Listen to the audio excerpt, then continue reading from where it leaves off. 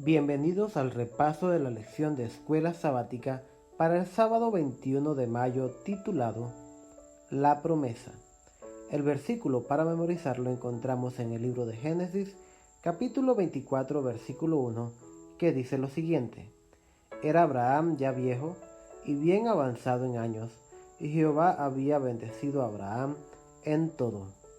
El enfoque del estudio está basado en los libros de Génesis, capítulo 22 al 25, y Romanos capítulo 4, versículo 1 al 12, y Romanos 5, 6 al 8.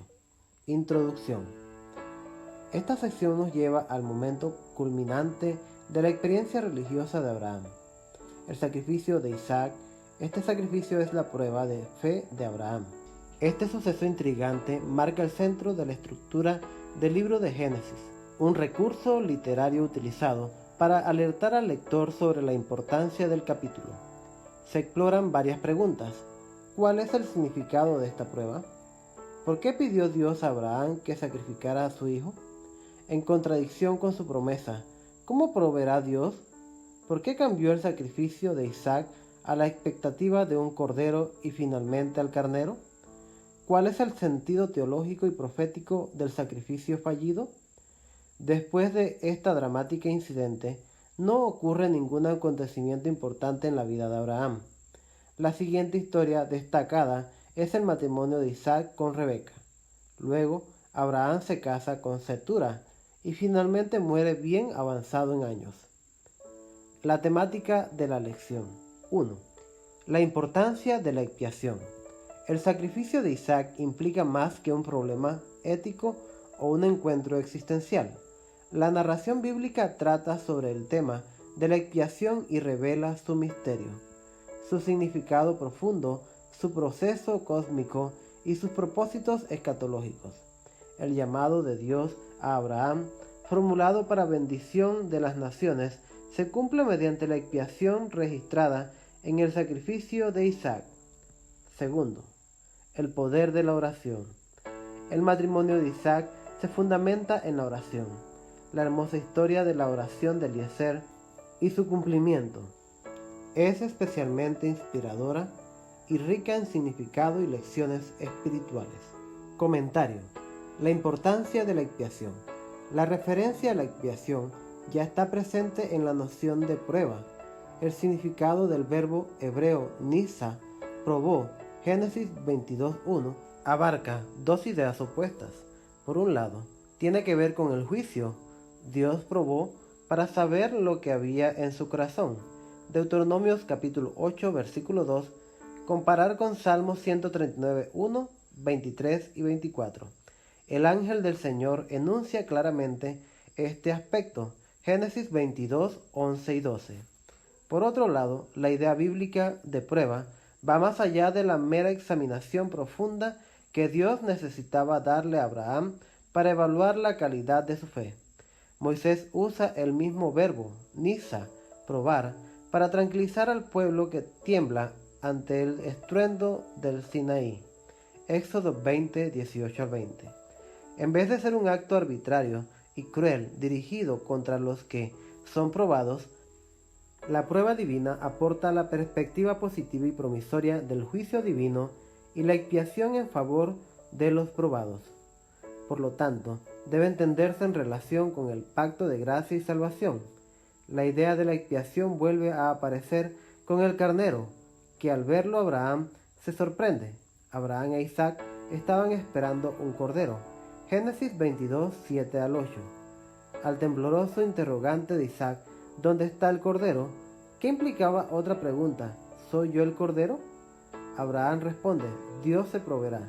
Génesis 22, 8. ¿Qué significa literalmente Dios verá en conexión consigo mismo el cordero? La construcción de la frase sugiere un énfasis en Dios, lo que indica que la solución está solo en Dios. Es Dios quien verá.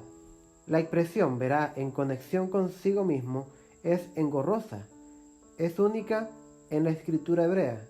Tiene la misma forma que la frase lej leja, que significa ve en conexión contigo mismo.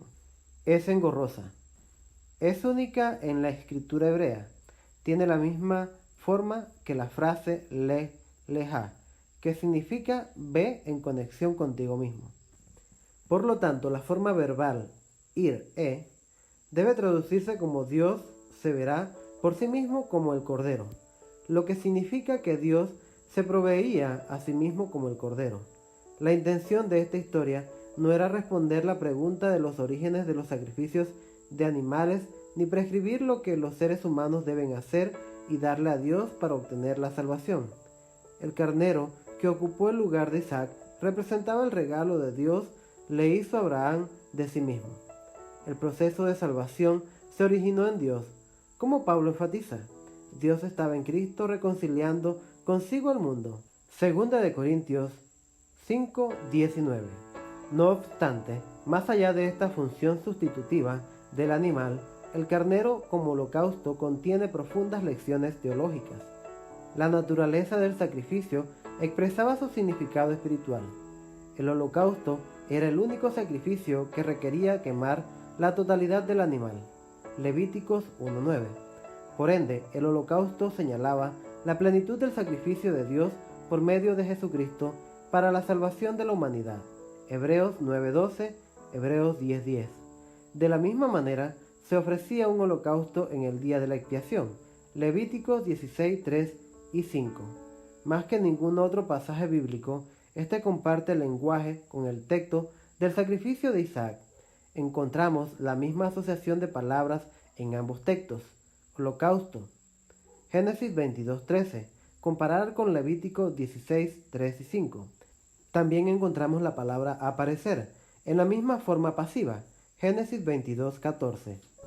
Que lo comparamos con el libro de Levíticos 16:2. También la palabra tomó. Génesis 22:13. Comparar con Levítico 16:5. Y un carnero. Génesis 22:13.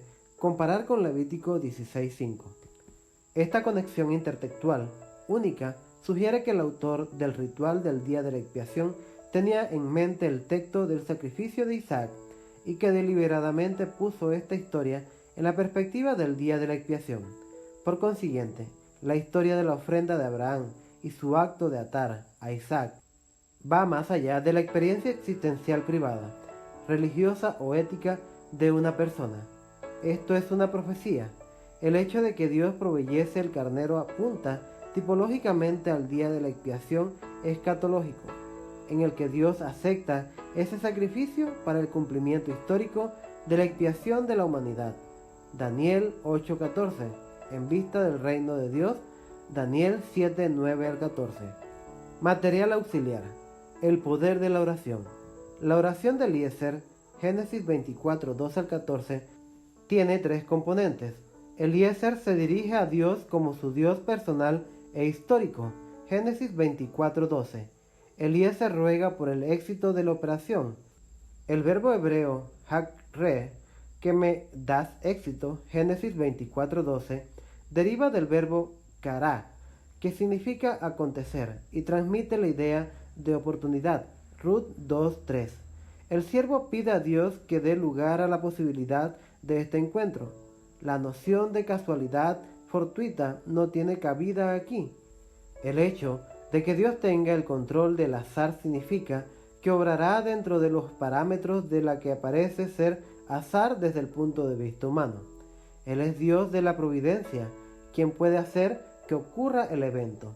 Este concepto se ve reforzado por el hecho de que el siervo llega a determinar no solo el momento de este evento, que debe ocurrir de inmediato, Génesis 24:12, sino también el lugar que debe ser aquí mismo, donde el siervo hizo arrodillar los camellos, Génesis 24:11, y donde está él, junto a la fuente de agua, Génesis 24:13.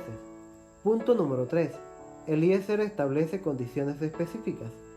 Para determinar la selección de la esposa, el siervo propone una prueba a Dios.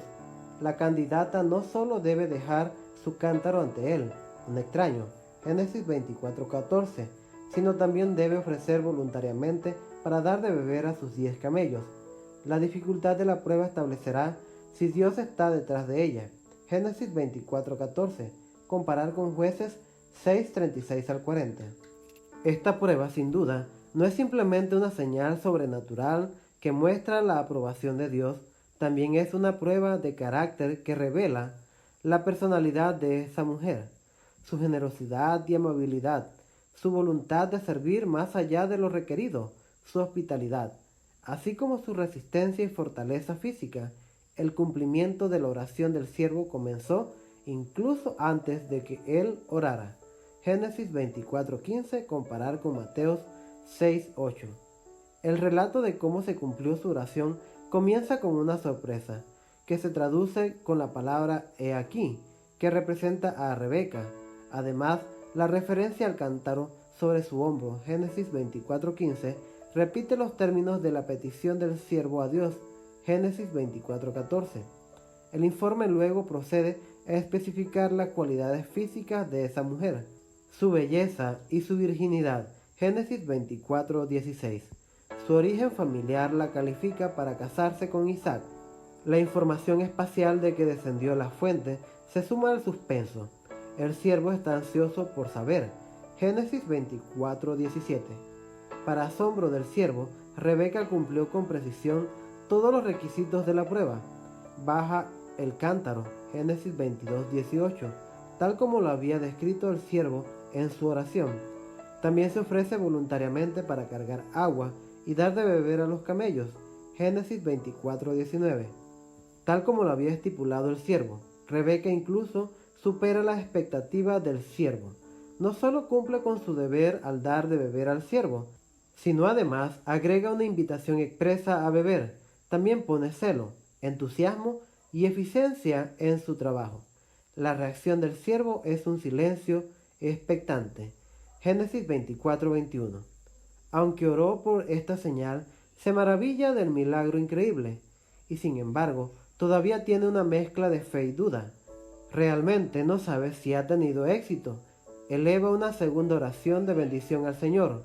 Génesis 24:27. La bendición marca la sensación de llegar a destino y el cumplimiento de la profecía. Esdras 7:27 y 28.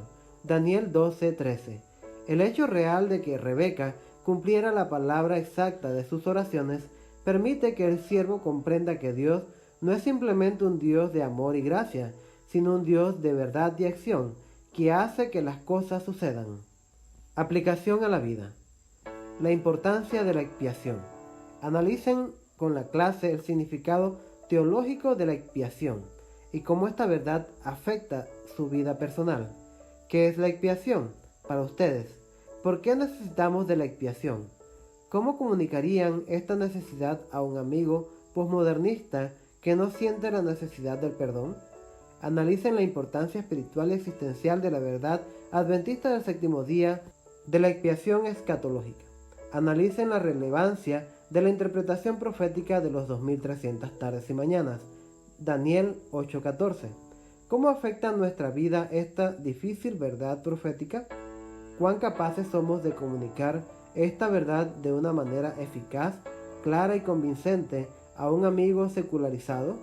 ¿Qué significa si no podemos hacerlo? ¿Por qué la verdad del día de la expiación escatológico es tan importante para nuestra vida religiosa, para nuestra relación con Dios, para nosotros y nuestro prójimo? El poder de la oración. ¿Qué lecciones espirituales hemos aprendido de la experiencia de oración de Eliezer? Piensa en historias de oración respondidas en tu vida que ilustren esta lección. ¿Qué lecciones aprendiste de estas historias de éxito? ¿Cómo fortalecieron tu fe estas experiencias? Identifica también en tus historias de vida los momentos en los que Dios no respondió a tus peticiones. ¿Qué lecciones aprendimos de tu decepción? ¿En qué medida estas historias de fracaso hicieron que profundizaran su fe o que la recuperaran? ¿Cómo explican el hecho de que a la gente buena le suceden cosas malas y a la gente mala le sobrevienen cosas buenas? Analicemos el libro de Eclesiastés 9:2 al 11. Te damos las gracias por haber escuchado la lección de Escuela Sabática. Te invitamos a que nos regales un like y puedas suscribirte a nuestro canal. No olvides compartir el enlace con tus amigos y hermanos. Que el Señor te bendiga.